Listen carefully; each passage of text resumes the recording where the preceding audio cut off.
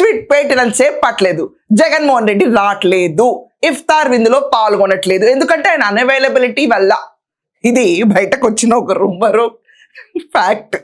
అంబటి రాంబాబు నిన్న వీడియోలో ఏం చెప్పాడంటే, ప్లీజ్ గుంటూరులో ఎక్కడికక్కడ ఫ్యాన్స్ ఉన్నారు, మీరు తొక్కిసలాటలు జగనన్న కోసం హ్యాండ్ షేకింగ్ మూమెంట్స్ ఇన్ని ఉంటాయి, అవన్నీ రేపు ఒక్కరోజు please I request you all the fans ఏంటంటే మీరు ఇంత సీన్ చేయకండి రేపు.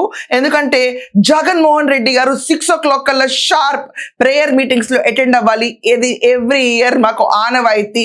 జగన్మోహన్ రెడ్డి గారు రేపు ఇఫ్తార్లో పాల్గొంటున్నారు.